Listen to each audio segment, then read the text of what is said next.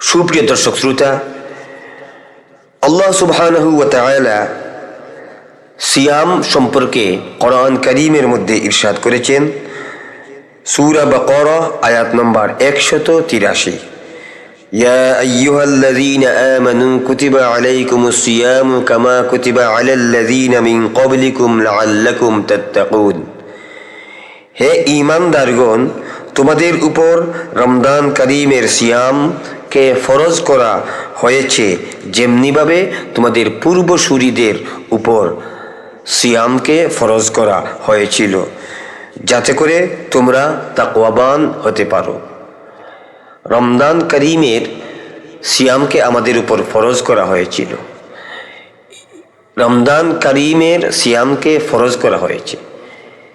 আল্লাহ তাআলা বলেছেন, কামা কুতিবা আলাল্লাযীনা মিন ক্বাবলিকুম, যেভাবে তোমাদের পূর্বসূরীদের উপর রমজান কারীমের পূর্বসূরীদের উপর সিয়ামকে ফরজ করা হয়েছিল।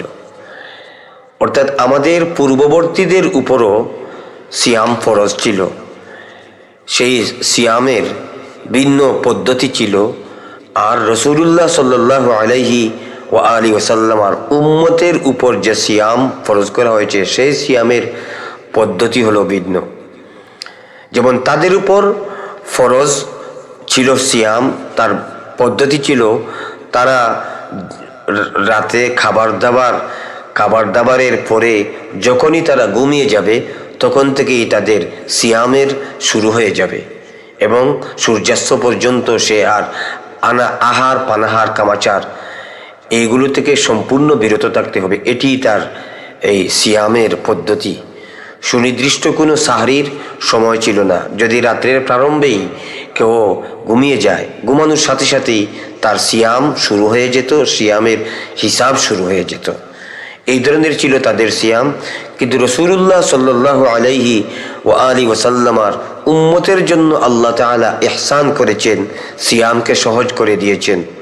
সুনির্দিষ্ট সময়সীমা দিয়েছেন যে সুবহে সাদিক হতে সূর্যাস্ত পর্যন্ত, এটি সুনির্দিষ্ট সময়সীমা। সে রাত্রে খাবারকে ঘুমিয়ে যাক অথবা জাগ্রত থাক, একবার ঘুমাক একবার জেগে যাক, যাই করুক না কেন তার সিয়াম শুরু হবে সুবহে সাদিক থেকে, সুবহানাল্লাহ। এবং সিয়ামের শেষ সীমা একটি সিয়ামের সূর্যাস্ত পর্যন্ত, মাগরিবের আজানের পূর্ব পর্যন্ত।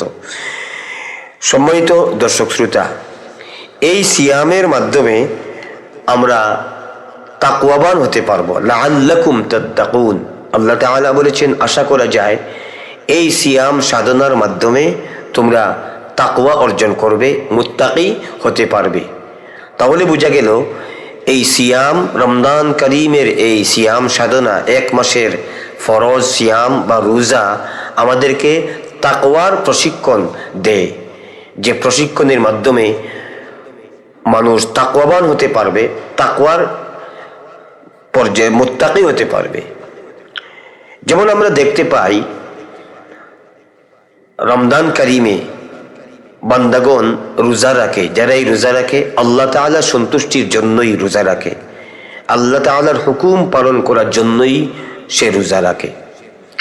আল্লাহ তাআলার সন্তুষ্টির জন্য এবং আল্লাহ তাআলার হুকুম পালনার্থে যদি রোজা সে রাখত না, তাহলে লুকিয়ে লুকিয়ে চার দেয়ালের ভিতরে লুকিয়ে লুকিয়ে সে ভক্ষণ করে ফেলত, অথবা লুকিয়ে লুকিয়ে সে পানাহার করে ফেলত।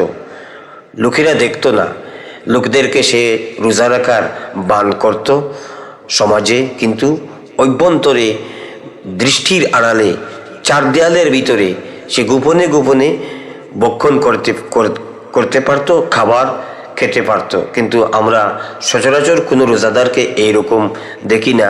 যারাই রোজা রাখে তারা কখনো লুকিয়েও খায় না। এমনকি ভুলবশত যদি কোনো কিছু খেয়ে ফেলে তাহলে সেই ক্ষেত্রেও সে চিন্তিত হয়ে যায়, পেরেশানির মধ্যে লিপ্ত হয়ে উলামায়ে কেরামকে এই বিষয়ে মাসআলা জিজ্ঞেস করে। তাহলে বোঝা গেল সে রোজা রাখছে আল্লাহ তাআলার হুকুম পালন করার জন্য এবং আল্লাহকে ভয় করে আল্লাহর সন্তুষ্টির জন্য। এর নামই হচ্ছে তাকওয়া, খুদাভীতি। আল্লাহভীতির নাম হচ্ছে তাকওয়া। দেখুন, আমরা যখন ইফতারের সময় আমরা ইফতার সামনে নিয়ে বসে থাকি, সারাদিনের ক্ষুধার্ত একজন মানুষ, পিপাসার্ত একজন মানুষ, তার মন চায় সে ভক্ষণ করে ফেলবে, তার মন চায় সে পান করে ফেলবে, কিন্তু সে অপেক্ষা করে। কিসের অপেক্ষা করে? আল্লাহ তাআলার হুকুমের অপেক্ষা করে। এই বিষয়গুলো তাকওয়ার ট্রেনিং। এইভাবে পুরা মাস আল্লাহ সুবহানাহু ওয়া তাআলা রমজান করিমের সিয়ামের মাধ্যমে বান্দাদেরকে তাকওয়ার ট্রেনিং দেন, তাকওয়ার প্রশিক্ষণ দেন। আর সেই জন্যই আল্লাহ বলেছেন লাআল্লাকুম তাত্তাকুন, রমজান করিমের সিয়ামের মাধ্যমে তোমরা তাকওয়া অর্জন করতে পারবে। আশা করা যায় রমজান করিমের সিয়ামের দ্বারা তোমরা তাকওয়া অর্জন করতে সক্ষম হবে।